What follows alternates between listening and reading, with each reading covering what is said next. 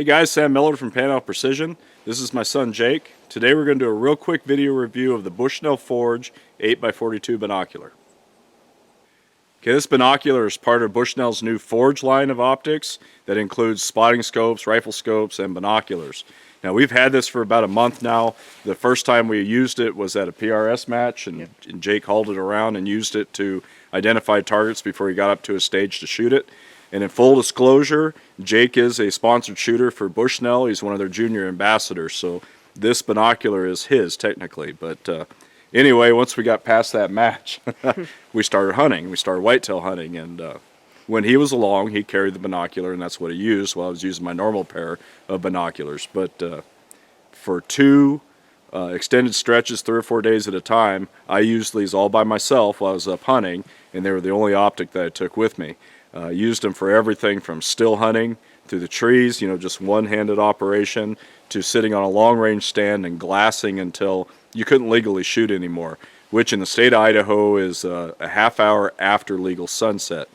The one thing I can tell you is the binocular never let me down in that time period. It kept me in the game until I legally couldn't shoot anymore. And a couple of times it outran all my other optics, which was pretty impressive. This is your typical roof prism binocular. It has it's built with ED prime glass, which helps reduce chromatic aberration, which is where when the image comes into the binocular and then gets bounced back out the other end, you don't always get all those wavelengths of color to line up right. When it comes back out, that ED prime glass helps reduce that. It also has Bushnell's PC3 phase coating, which is a coating they put on the prisms to help reduce the same thing. And then it has a dielectric coating on the mirror, because all roof prism binoculars have a mirror in them. And that dielectric coating helps to make sure that all the light transmission comes through the binocular.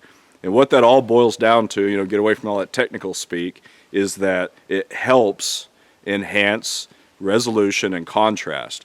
And I'll tell you what, for a binocular that comes in, usually when we talk about binoculars and you're talking about really good glass that you can use until last light, you're talking about thousands of dollars for those kinds of binoculars.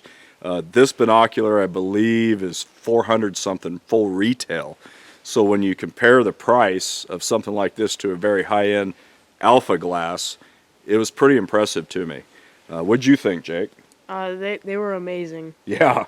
Especially at last light. Especially at last light. One thing that I noticed about the binoculars is that when we were glassing a hillside, say at 2 in the afternoon, with the west sun behind us right on the hillside, and it's mostly, that brown, tan grass in the fall, and it was really getting all that sun, looking through these was a little bit different than, say, looking through my Leica GeoVid, or even looking through our Bushnell XRS2. The GeoVid and the XRS2 tend to give you exactly what you see, only magnified. So if it's really bright and washed out, that's exactly what you see. These binoculars were kind of like using a low-end, I don't want to say sunglass, but it was pretty close to that when the hillside was really lit up harshly with sun. About an hour later, when the sun had gone down behind the ridge behind us and we were just working on ambient light, they merged. They were exactly the same view. So what we saw through this binocular was just exactly what we saw through the GeoVid and just what we saw through the XRS2. The thing that amazed me is in that last 30 minutes where we could still shoot, this binocular was a lot brighter than either of the two optics. It blew me away. It was pretty amazing. But anyway, the contrast, the clarity that you get when you get it focused is pretty amazing for a binocular in this price range. All right, so we're back. We had to take a little break because the sun was starting to come around and messing up the video. And man, I'll tell you what, it's cold out. It's like 18 degrees or something, so we warmed up for a while. Anyway, I'm not a big fan or big proponent of me doing them, at least, but I don't do what's in the box type videos. So if you want to see how this all comes in the box and all the accessories and all that stuff, Bushnell has a really good video where they open the box and they pull out all the pieces. We'll focus on what we have in hand right here. There's a few different ways you can carry this binocular around. We did 2 different ways. Jake would carry it with this neck strap, and I thought this is pretty comfortable. Yeah. It has these big foam dimples on it that makes it not slip for one, but it makes it pretty comfortable to carry. Now it has not built-in, but they are attached objective lens covers. They snap onto these loops here so they can't come off, you can't lose them, which is an awesome deal. Yep. The ocular cover slides onto the strap, which is pretty standard for most binoculars, so you can't lose that. A couple of the other ways, the other way that I carried them was I took all this stuff off and I just carried them in my Alaska Guide Creations binocular chest harness, which is how I prefer to do things. But if you don't want to carry them on a neck strap, this comes with like an H harness that goes over your shoulders to take all the weight off of your neck, so it just kind of hangs there on its own. It also comes with a hard case, so you can just throw it in a pack and not worry about it getting hurt. And it comes with some other odds and ends like a spud and things like that. It's very well packaged and comes with all the stuff that you need to use the binocular. Now, one of the big things we did for this, and it's something that I do for all the optics and all of my electronic gadgets that are rated waterproof, is we tested this.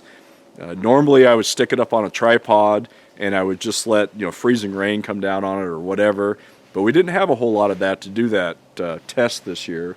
Yeah. So what we did was we just threw it in the creek behind camp. We actually had to break some ice out because the water had frozen, and we stuck this in the creek, put a rock on top of it so it wouldn't wash away, and let it sit in there for a half hour.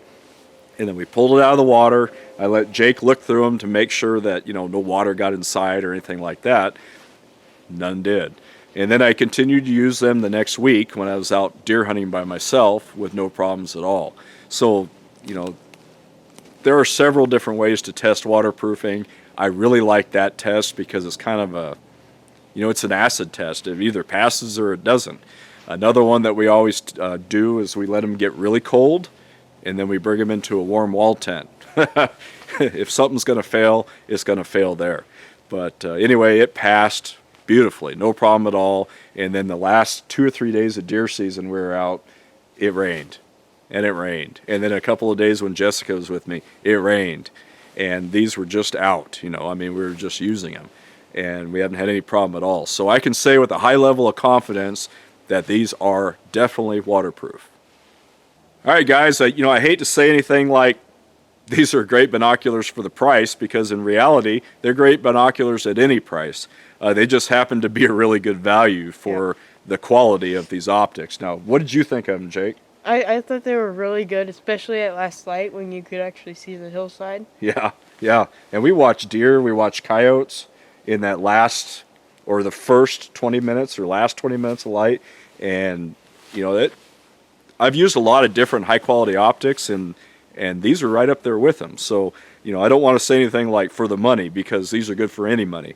They just happen to be a really good value for what they cost. Now, one of the other things I didn't bring up before is that these are tripod mountable. This front piece here unscrews, and it's got a female threaded quarter 20 socket where you can put a tripod adapter. I don't have one, so I didn't test it that way. When I was testing for clarity and contrast and all that, I would just stick them on top of my tripod on my Leica Stabilite mount that just straps it down on top of that. So, but anyway, that's something that a lot of binoculars don't have. I think most people are starting to put them on there, so anytime you can put it on a tripod, everything works better. Anyway, did you find anything you didn't like about them? Nope. I think about the only thing that if I was going to change something on this binocular is I would try to make it a little bit shorter, and I'd try to shave a little bit of weight off of this. This is just a shade over 2 pounds, I believe. So, there's some heft to it, which, helps. It helps you when you're glassing, but nobody likes to carry any extra weight. But I am sure that if you started doing some kind of a material change on this, the price is going to go up. So other than that, I wouldn't change a thing. I think Jake was a little hesitant about the color of them. Yeah. And I said, well, that's your only option, dude.